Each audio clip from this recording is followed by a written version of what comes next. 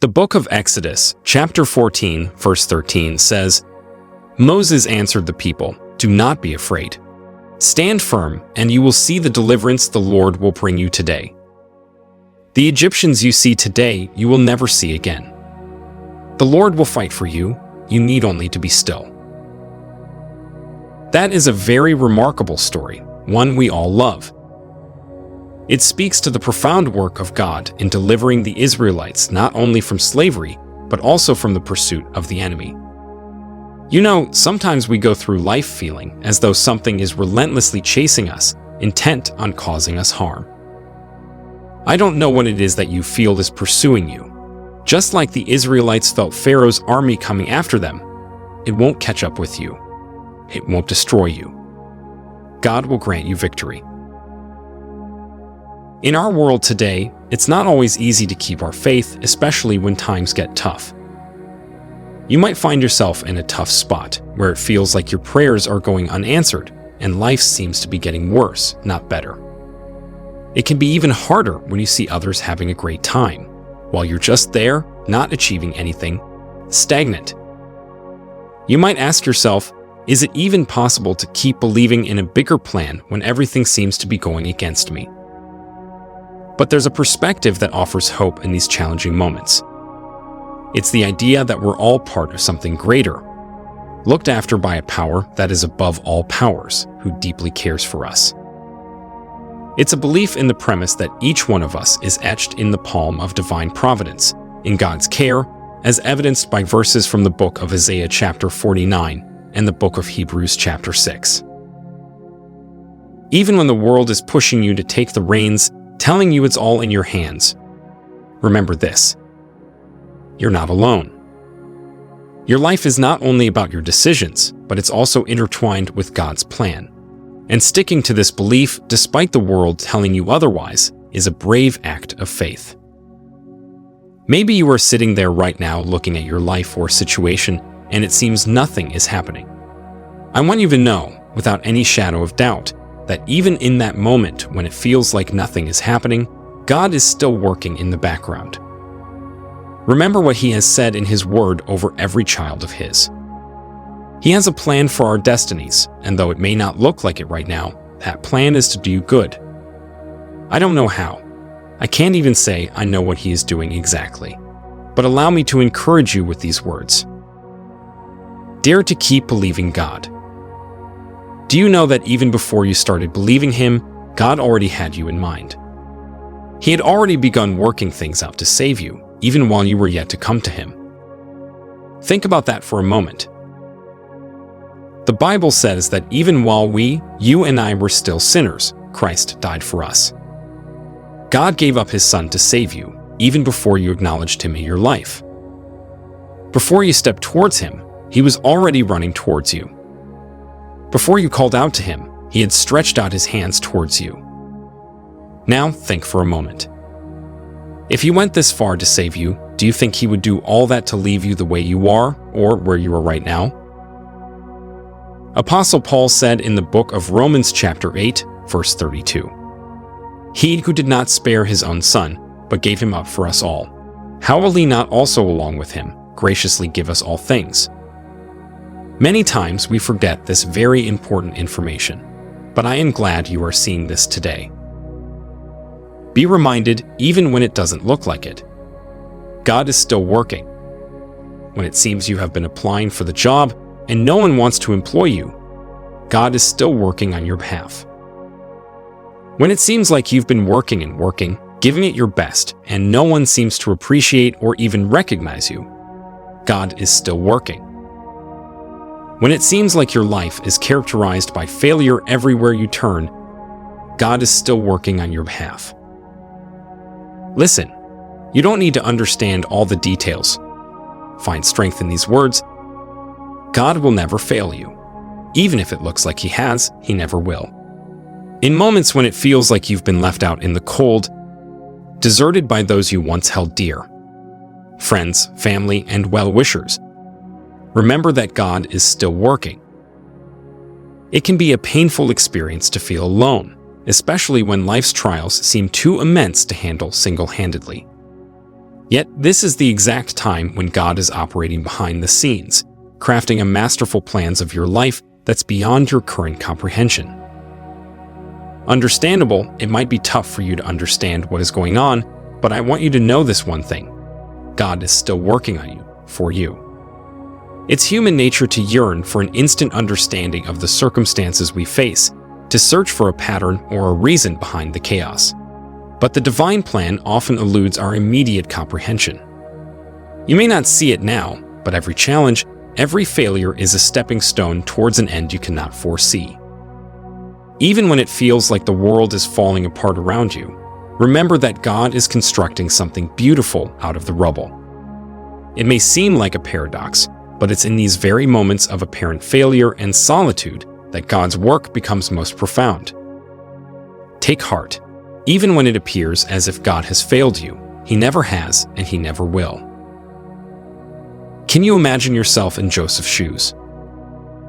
Imagine yourself with all your dreams and visions and goals running through life, with the excitement of achieving them all. And then, like a pack of cards, everything comes crashing down. Imagine how Joseph must have felt when his own brothers were planning to obliterate him before they finally agreed to sell him into slavery. Consider yourself in the shoes of Joseph, a young man who once enjoyed the privileges of being his father's favorite son, practically living like royalty. Suddenly, he found himself torn from his comfort zone, sold into slavery in a distant and foreign land. He was completely isolated, with no means of reaching out to his family. You'd certainly feel abandoned, forsaken, and utterly alone in such a dire situation. And just when Joseph seemed to be adapting to his new life, rising through the ranks in his master's house, he was unjustly accused by his master's wife and abruptly thrown into prison, no questions asked. Yet this very same Joseph, despite his circumstances, was resolute in his devotion to God. He resisted the advances of Potiphar's wife out of respect for his master and, above all, his reverence for God. The book of Genesis chapter 39, verses 7 through 9 bear witness to his integrity. Even in the face of temptation, he declared, "How then could I do such a wicked thing and sin against God?" It seems paradoxical, doesn't it? He was unyielding in his loyalty to God, yet his life appeared to be in complete turmoil. Where was God when he was wrongfully condemned? Why didn't God shield him from these trials? These questions would undoubtedly cloud our minds, particularly if we are impatient, expecting life to unfold as per our plans. However, if we examine Joseph's life story carefully, from its genesis through the turbulent middle to the eventual end, it becomes evident that God was omnipresent. God was with him, even in his master's house, showering favor upon him and ensuring his endeavors were successful. Despite his status as a slave, Joseph flourished.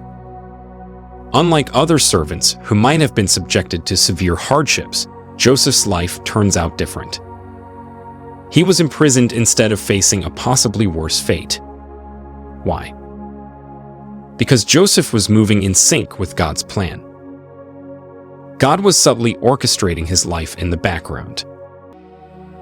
Everything in Joseph's life was aligned with this divine blueprint. Everything was proceeding according to a celestial plan. Listen. It was no coincidence that Joseph got incarcerated in the royal prison. It was no coincidence that Pharaoh's servants offended him, and he had them thrown into the same royal prison where Joseph was being held. It was no coincidence that both had a problem in that prison that only Joseph could solve. It was also no coincidence that Joseph's interpretation was spot on and happened just like he said it would. Remember, even when it doesn't look like it, God is still working. You must dare to keep believing. After all that happened, everything went back to the way they used to be. The servant was set free, and he forgot Joseph. I would like to believe that God allowed him to forget. Why? Because, according to his plans, if they released Joseph at once, he would not occupy the position God was preparing him for. Maybe he would become another servant, and God had something else in mind. Joseph was not meant to be a servant all his life. It was his destiny to rule, and everything was already in motion to bring him to that destiny. So God made the servant forget Joseph for a while. It may have felt painful to help someone and be forgotten. But don't forget, God is still working. Don't conclude on your destiny when God hasn't. Dare to believe Him no matter what. Every trial Joseph endured, every injustice he faced, was a stepping stone leading him closer to this destiny. There were periods when it seemed as though he had been forgotten, times when he extended help only to be overlooked. But remember, even in the silence, even in the waiting, God was still working. Let us not rush to draw conclusions about our destiny when God, the master planner, hasn't unveiled the full picture. It requires faith, courage, and patience to believe in His divine timing, even amidst the uncertainty. I don't know what you are going through or where you are right now. However, I want to plead with you. Do not stop believing God. It is not your job to figure out how God answers or will answer you. It is not your job to know when He will answer you. He has given you one job, and that is to just believe. Jesus said in the book of Mark, chapter 5, verse 36, overhearing what they said, Jesus told him, "Don't be afraid, just believe. Don't stop believing."